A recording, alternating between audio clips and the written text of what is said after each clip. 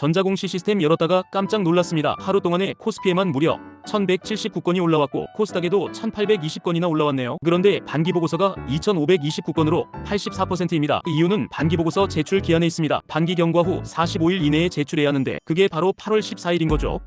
그럼 지금부터 8월 14일자 전자공시 시스템 데일리 브리핑을 시작하겠습니다. 주요 공시부터 시작할게요.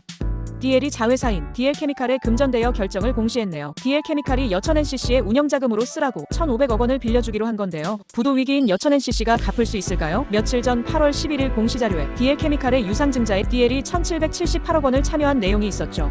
결국 DL이 여천NCC에 1,500억을 준 셈인데요. 이자율이 4.6%라고 하지만 받을 수 없는 돈을 준 건 아닌가 우려가 되네요. 참고로 여천NCC는 1999년에 한화솔루션과 DL케미칼이 설립한 석유화학 기업이에요. 두 회사가 각각 50% 지분을 가지고 있어요. 동국제강이 현대 IFC 인수 관련 보도에 대한 공시를 했어요. 재무적 투자자와 공동으로 인수를 검토하고 있지만 확정된 내용은 없다는 안내문이에요. HMM은 2조 1,432억 원 규모의 주식 소각을 결정했습니다. 25년 9월 12일까지 공개 매수 청약 기간이며 자기 주식을 소각하므로 자본금의 감소는 없습니다. 단일 판매 및 공급 계약 체결 공시입니다. DLENC가 5,214억 원 규모의 장위구구역 공공재개발 정비사업을 수주했네요. 한국토지주택공사와 계약을 했고 위치는 서울 성북구 장위동 238-83번지 일대예요. 계약 기간은 착공일로부터 44개월입니다. 현대건설은 규모가 훨씬 큽니다. 개포주공 67단지 아파트 재건축 정비사업 조합과 무려 1조 5,138억의 재건축 정비 사업을 계약했어요. 위치는 서울 강남구 개포동 185번지 일대예요. 계약 기간은 착공일로부터 48개월입니다.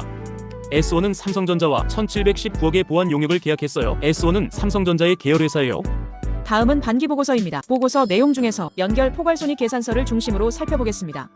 삼성바이오로직스는 정말 훌륭하네요. 매출액도 작년 대비 20% 올라서 2조 5,881억을 기록했고 영업이익도 47% 오른 9,623억, 총 포괄손익도 6,981억 원으로 40% 넘게 올랐어요. 대웅제약이 오늘의 코스피 주인공이에요. 매출액과 영업이익도 작년보다 실적이 좋지만 총 포괄이익이 작년 5억에서 올해 354억으로 7,000% 올랐어요. 주당 이익도 807원에서 5,184원으로 6배 이상 급등했네요. 현대로템 실적을 보고 있자니 흐뭇해집니다. 영업이익이 1,574억 원에서 4,604억 원으로 192% 치솟았고요. 당기순이익도 3,467억으로 121% 상승했어요. 덕분에 EPS가 1,444원에서 3,198원으로 점프. 어제 카카오페이가 장난 아니더니 오늘 카카오도 장난 아닙니다. 카카오 영업이익은 소폭 상승한 정도지만 당기순이익이 1,548억에서 3,724억으로 무려 140% 급등했어요. 총 포괄이익이요. 무려 243% 떡상 1,911억에서 6,570억으로 상승했어요. 셀트리온이 다시 몸을 풀고 있는 느낌인데요. 영업이익이 879억에서 3,919억으로 올랐고 당기순이익도 992억에서 1,716억으로 올랐어요. 덕분에 주당이익도 445원에서 765원으로 72% 올랐으니 주주분들 기분 좋으실 듯하네요. SK이노베이션 무척 실망스러운 실적이에요. 매출액은 소폭 늘었는데 영업이익이 적자로 전환됐고 총 포괄이익은 의아할 정도예요. 작년 8억 원 흑자에서 32억 원 적자, 매출원가 상승과 해외 사업 부진 때문인가요? NHN도 정말 의외네요. 작년 반기 수익이 2억 적자였어요. 다행히 올해 반기에는 110억 흑자예요. 그런데 총 포괄 손익으로 보면 실적이 좋지 않아요. 작년 30억에서 6억으로 이익이 78% 줄었거든요. 삼성전기는 고전을 면치 못한 모습이에요. 영업이익은 전년 동기 대비 4.7% 소폭 올랐어요. 하지만 반기순이익은 3,678억에서 2,788억으로 하락했고 총 포괄이익은 5,413억에서 1,372억으로 급락했습니다. KTNG도 실망감을 감출 수가 없습니다. 영업이익은 18% 정도 반등했는데 당기순이익이 5,983억에서 4,014억으로 32%나 줄었어요. 주당이익이 5,206원에서 3,698원으로 홀쭉해졌네요. 대한항공의 실적은 애매하네요. 당기순이익은 전년 대비 18% 올랐지만 영업이익은 18% 줄었어요. NC소프트의 실적을 보니 눈물이 납니다. 영업이익 345억 원에서 203억 원으로 40% 감소, 당기순이익 1,282억 원에서 15억 원으로 99% 감소, EPS가 6,325원에서 121원으로 거의 증발 수준입니다. 코오롱은 투자에 유의하셔야 해요. 영업이익은 작년 396억에서 올해 상반기 817억으로 엄청 올랐어요. 그런데 당기순이익은 2,643억 흑자에서 1,037억 적자로 돌아섰어요. 결국 2610원이던 주당이익금도 마이너스 3,317원으로 추락했고요. 마지막으로 삼성전자와 SK하이닉스는 챙겨봐야죠. 삼성전자는 영업이익 17조 499억에서 11조 3613억으로 33% 감소했고 당기순이익 16조 5960억에서 13조 3393억으로 19% 감소했어요. 그런데 총포괄수익엔 물음표가 생깁니다. 작년 25조 8804억이었는데 올해 5조 9812억이에요. 무려 77% 급락했습니다.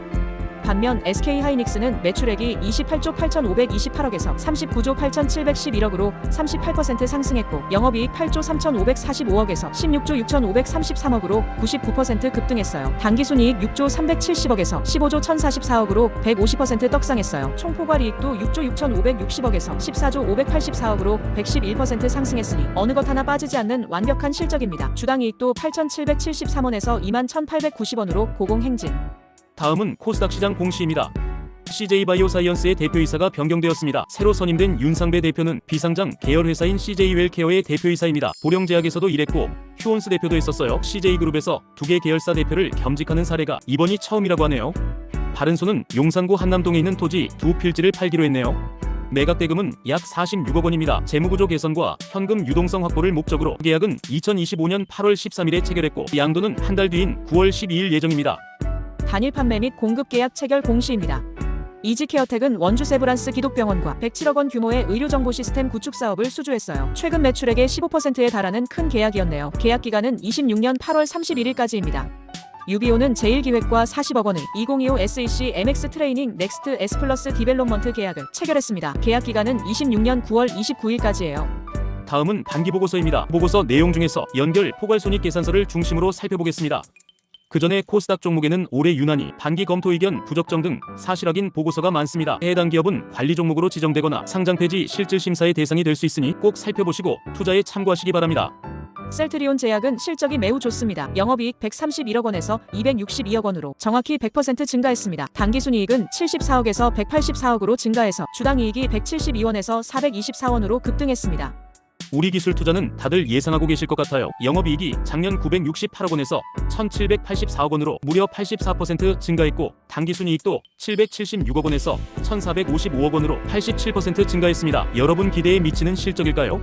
휴온스도 실적이 좋아요. 영업이익은 29% 상승한 259억 원이고 당기순이익은 35% 올라 242억이에요. 주당이익도 32%나 올라서 2039원이네요. 코엘 패션 선방했습니다. 영업이익은 17% 줄어든 160억에 그쳤지만 당기순이익은 90억에서 149억으로 무려 65% 넘게 상승했어요. 덕분에 EPS도 88% 상승해서 148원에서 278원으로 껑충 뛰었습니다. 유비쿼스 홀딩스도 실적이 나쁘지 않아요. 영업이익이 작년 47억에서 123억으로 올해 160% 상승했습니다. 그런데 당기순이익은 2%로 아주 조금 증가했어요. 그래도 주당이익은 15% 올라 526원이네요. 에코프로 영업이익이 작년엔 845억 적자였는데 올해는 176억 흑자를 나타냈습니다. 반면 당기순이익은 여전히 487억 원 적자이고 총포괄손익도 1333억 원 적자입니다. 대표이사 변경 공시한 CJ바이오사이언스를 볼게요. 매출액에는 18억 원에서 17억 원으로 소폭 줄어들었지만 영업이익은 158억 원 적자에서 135억 원 적자로 소폭 개선되었습니다. 당기순이익, 총포괄손익도 적자지만 개선되었어요. 하지만 판관비가 138억으로 비중이 너무 커요. 당분간은 이 종목은 보지 마세요. 이상 주요 공시자료에 대한 브리핑을 마치겠습니다. 오늘의 브리핑이 유익한 정보가 되었기를 희망합니다. 감사합니다.